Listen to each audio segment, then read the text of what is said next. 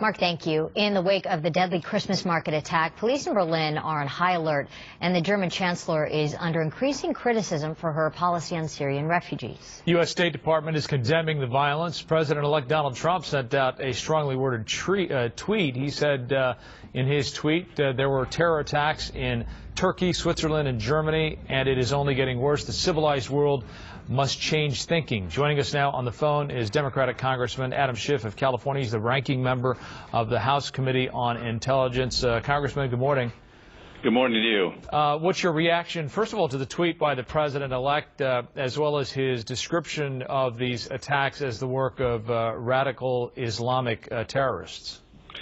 Well, I think it certainly appears that the truck attack in Berlin was a terrorist attack. We're still trying to determine who is involved. It may be that the suspect or suspects are still very much at large. The State Department put out an advisory that was based on intelligence that we had received back in November that all throughout Europe and Germany very much targets.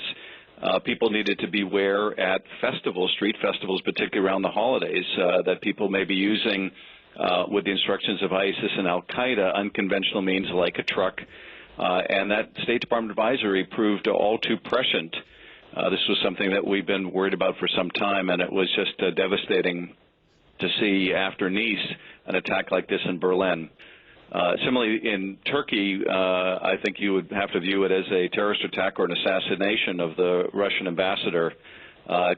Clearly, based on what the attacker said during the attack, this is someone who was attacking the ambassador over Russian involvement in Syria, which has caused a lot of consternation in Turkey, and Russia has been guilty of a lot of human rights, if not war crimes, in Syria with its indiscriminate bombing of civilians, but another terrible attack in that country. It certainly was, and we want to talk to you more about that in a moment. But for folks that are maybe traveling for the Christmas holiday, maybe going overseas, you know, there were warnings just last month about tourists going to places where there are large holiday gatherings. What can you tell people this morning that you know, have a sense of fear about something like that?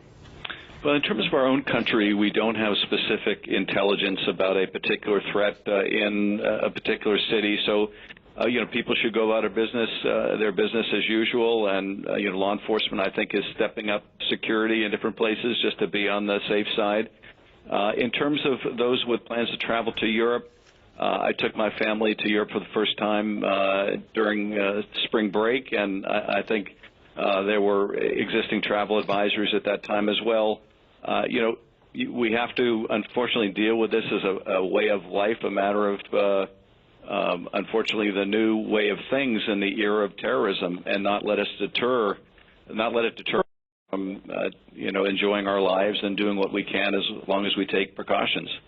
I'd like to move on to the heated debate on the Russian cyber hacking,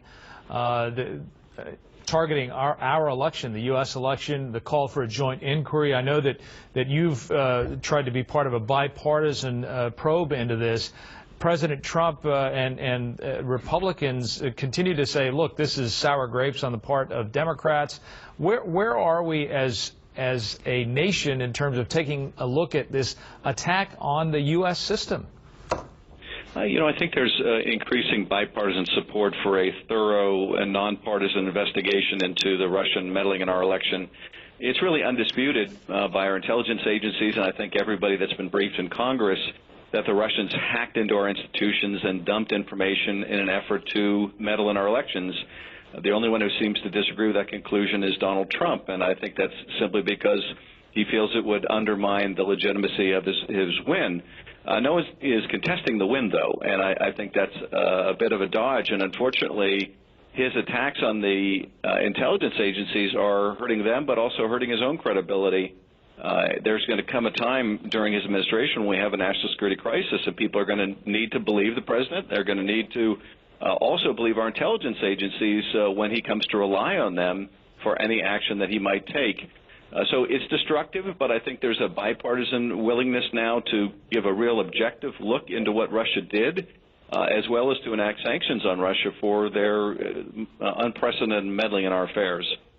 Once again on the phone with us is Democratic Congressman Adam Schiff of California. He's the ranking member of the House Committee on Intelligence. We thank you for calling in this morning.